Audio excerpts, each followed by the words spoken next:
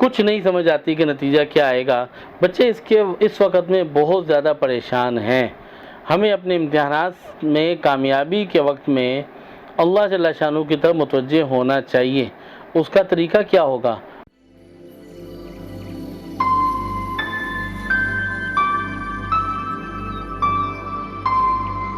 الحمدللہ رب العالمین والصلاة والسلام علی رسولہ الکریم۔ امتحانات ہو چکے، 9th کے بچے امتحانات سے فارغ ہو چکے، اب تو ان کے پریکٹیکل بھی مکمل ہو گئے۔ اب ایک نئی ٹینشن، ایک نئی انزائٹی جنم لے رہی ہے، وہ یہ کہ نتیجہ کیا آئے گا۔ اور جیسے پاکستان میں موسم بڑا تیزی سے بدل جاتا ہے، پاکستان میں سیاسی حالات بڑے تیزی سے بدل جاتے ہیں، اسی طرح سے کچھ نہیں سمجھ آتی کہ نتیجہ کیا آئے گا۔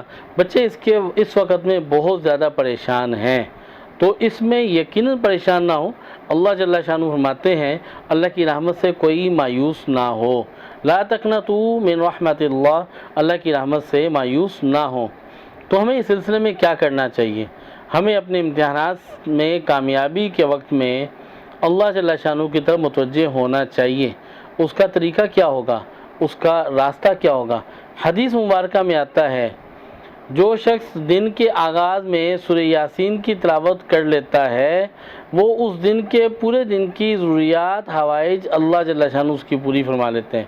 سورہ یاسین اگر روزانہ 3 مرتبہ تلاوت کر لی جائے اور دعا مانگ لی جائے تو یقیناً انشاءاللہ العزیز اس کے اہتمام کرنے سے، سورہ یاسین کے پڑھنے سے ہم جو ہے وہ ہماری دعائیں قبول ہونے لگیں گی، اور اس کے اہتمام کرنے سے امتحان کے اندر، اب میں یہ تو نہیں کہتا کہ جس نے کسی نے بالکل خالی پرچہ دیکھ کے آ گیا تو وہ ہو جائے گا، پاس ہو جائے گا، لیکن جس نے کام کیا ہے، پیپر دیا ہے، وہ یقیناً سورہ یاسین کا اہتمام کرے گا، تو امید اللہ جل شانہ کی ذات عالی سے کہ اسے ناکامی کا سامنا نہیں کرنا پڑے گا اور اسے بھرپور فائدہ ہوگا۔